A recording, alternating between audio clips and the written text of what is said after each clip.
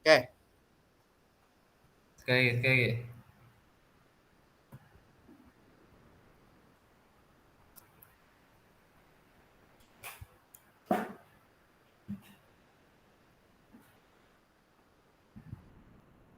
Dah boleh ke?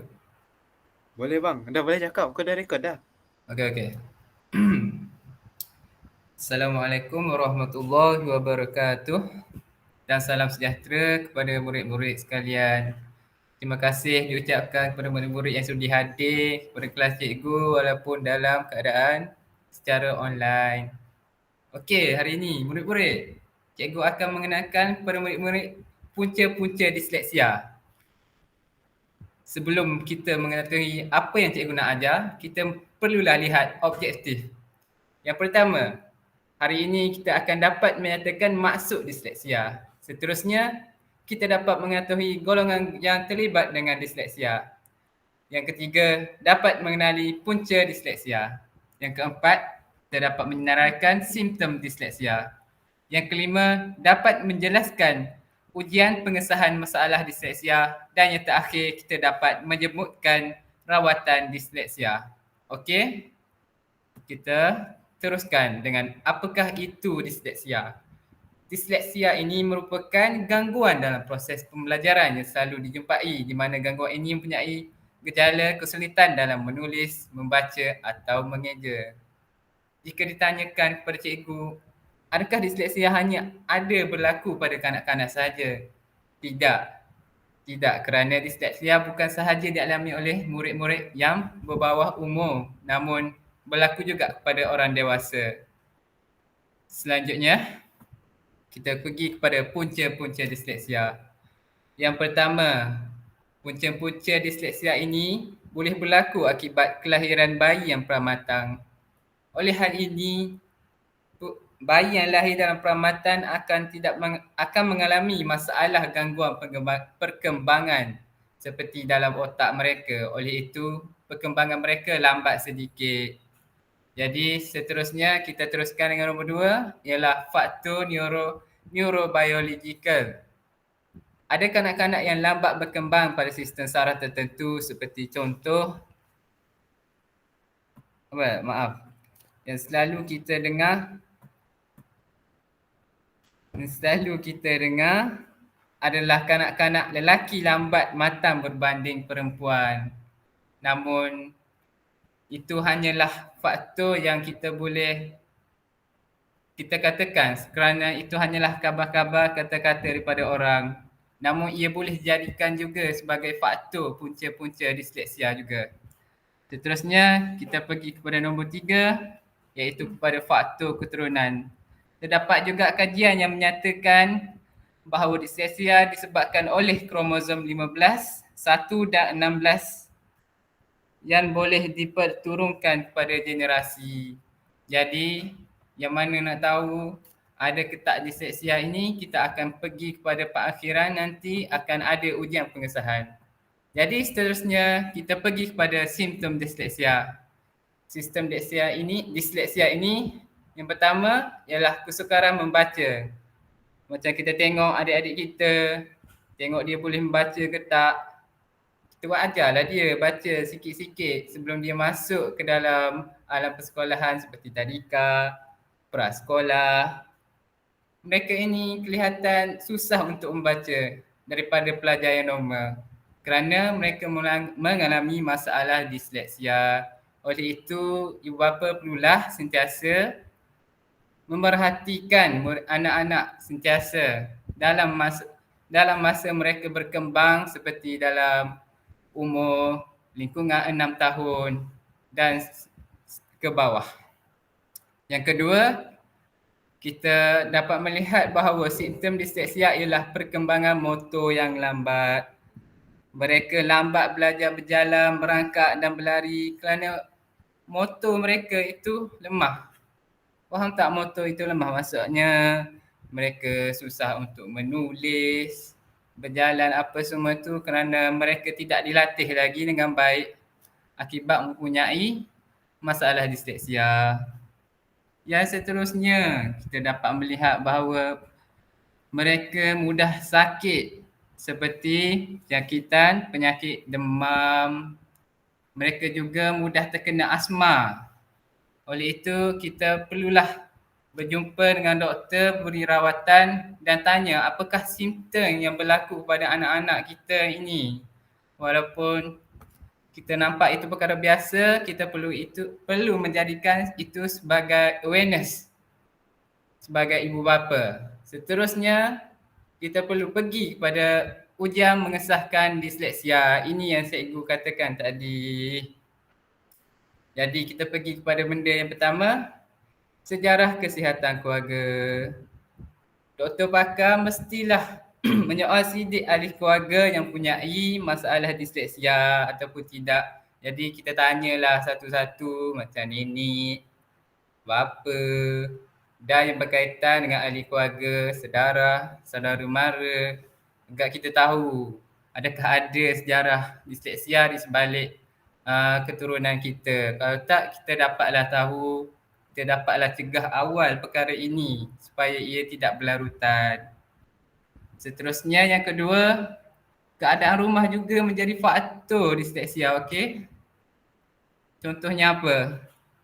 Masalah rumah tangga, masalah kewangan menjadi faktor. Murid boleh menjadi gangguan mental, kemurungan. Oleh itu pelajar nak mahu belajar macam mana kalau mereka mengalami masalah mental. Mereka susah untuk berfikir. Okey, seterusnya kita pergi yang ketiga. Pemeriksaan saraf.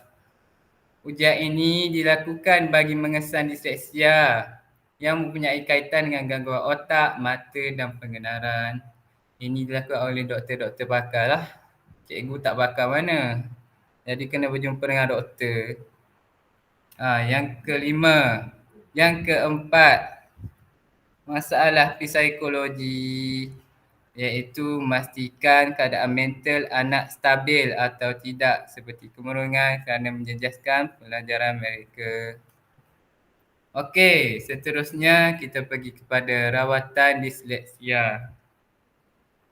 Kita dapat melihat yang pertama, kaedah fonik. Ingat ya, fonik ialah meningkatkan keupayaan mengenal pasti bunyi seperti bunyi pagar dan pasar yang hampir sama. Maksudnya, murid disleksia ni akan mempunyai kekeliruan untuk bunyi macam pagar, pasar. Mereka ingat benda itu sama, jadi mereka akan menjadi keliru. Jadi seterusnya, ibu bapa mestilah mengambil perhatian dengan membaca dengan kuat di depan anak. Jadi perkara ini lebih efektif jika dilakukan setiap hari.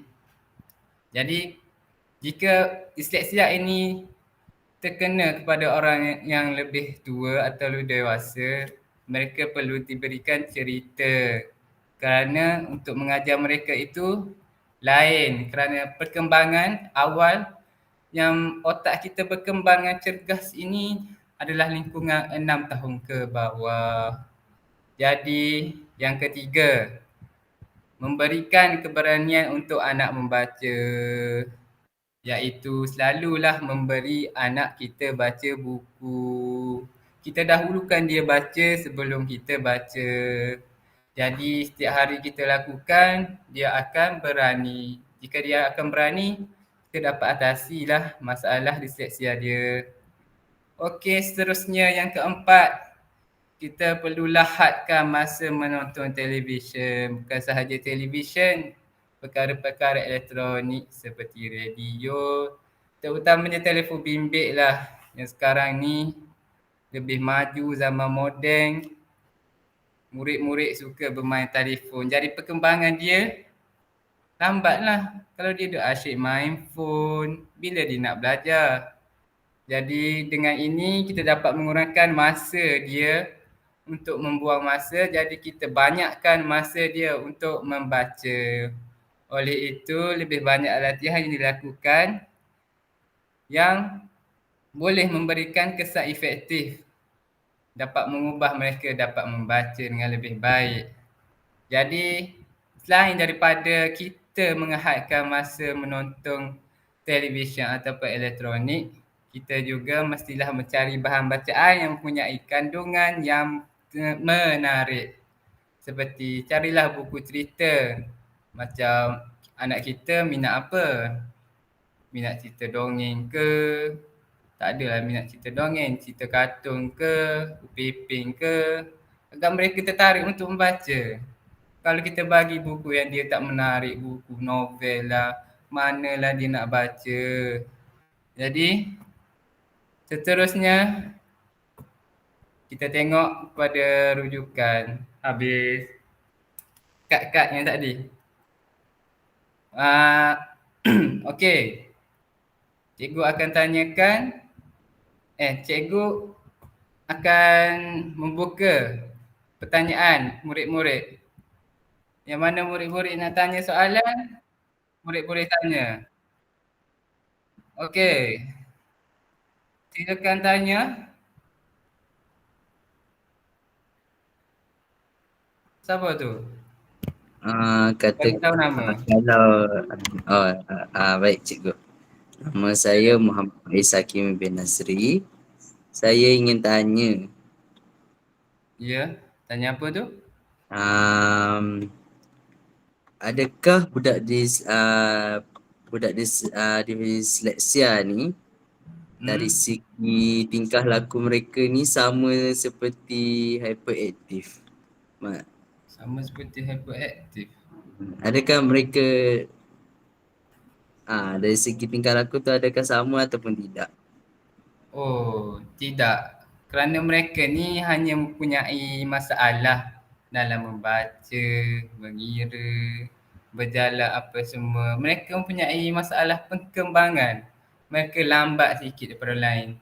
Tapi lambat mereka itu tidak sepertilah slow learner kerana mereka mempunyai kecerdasan yang lebih baik. Okey. Baik, terima kasih cikgu. Okey, sama-sama. Soalan kedua.